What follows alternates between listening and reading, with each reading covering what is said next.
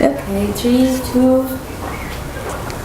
1. Okay, so once the child are removed from the family and they have a long stay with the extended family, what is the proposal that you have, like organization, or what is the thing that you So ideally ACER as an organization, we developed this formal kinship care program in response to a need that we found amongst families we were already working with in situations of child labour, child sexual exploitation, abuse, heavy domestic violence.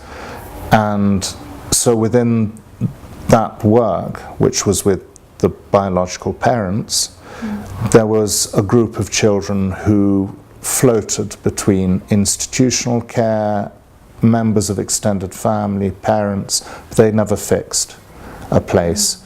So the kinship care was a response that we saw. There was a desire from within the family to look after these children, even though these children are very difficult. They've built up lots of behavioral questions, often developmental, so school is a struggle and so forth.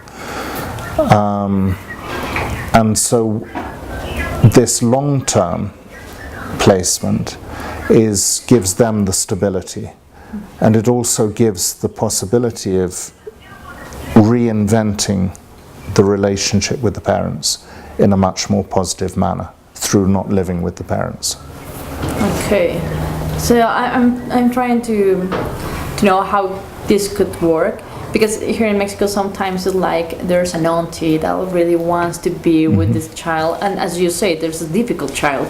So once that happened, like 6 months, it's like, okay, this is kind of heavy, and I think that there's another auntie that can go, so we can pass the kid between. So how can you work with this kind of situation, because it's really a tough situation when they feel like tired of them. So I think the first thing that was important for us to do is to recognize all of these challenges, and then to design the program around sorting things out, let's say. So one of the questions is a basic, very simple, very quick: poverty.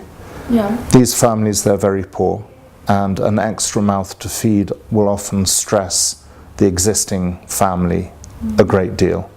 So there's a financial component of a stipend that the family receives, the extended family will receive when they receive one or more children. The other question, which is the principal one, which is how does the new family, which is still part of the existing family, how can they be helped within this? The first thing is to recognize that almost all of these families, the child being where he or she is the result of intergenerational cycles of violence, often mental health issues, alcohol, drug issues, and therefore the family itself produced the situation that the parents had the child taken away. And so the way we work is with individual caseworkers who work very much in a very similar manner to Juconi Mexico, Juconi Ecuador. And so it's very much based on starting up with a recognition within the family of all of its challenges, working on action plans together with the family every 6 months, monitoring, evaluating, always with the family, and inserting the family into the network of public and private services within their neighborhood, their community, which can be churches, school, health post, if government has different support systems, those. And all the time working on the internal dynamics of the family so that they modify, and therefore we make breaking cycles of violence. It's very much what we aim to do. And the other aspect, which is equally strong, I would say, is we have monthly meetings with a group of guardians from within a geographical area. And we discovered after the first year we thought, we will do socio-family meetings and we'll bring content and teach them things. And what we discovered, in fact, is that what was established was a peer group. Okay. And at least in Brazil, everybody has phones.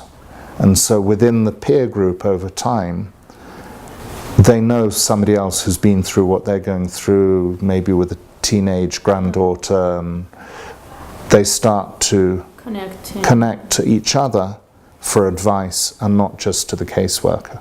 Okay, great. So it's a great work that you did. And yes. And did. Yeah.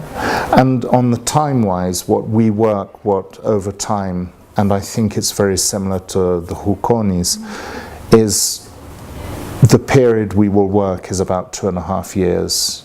No. And then the family is ready to graduate. And the family graduates from the program, which means it has a high level of investment by people in them, but doesn't mean that suddenly, miraculously, their lives are brilliant and amazing. No, they still need the support of the church, the school, and so forth, but they're able to manage their lives in a satisfactory manner, guaranteeing all the rights of the children. How to ask for help, who to go for help, and the network. Yes, and the thing is, when a stressor comes, they don't fall to pieces. So if somebody becomes unemployed, they still manage to hold their habits together. And so one of the things that we always work a lot on is violence. Because there is high levels of violence in the families as a whole, and so discovering alternatives to violent reactions. Okay, great. So, congratulations for all the job that you do. It's a tough job, but that's a great job. Thanks. So thank you so much. And we're finished now. We're finished. The one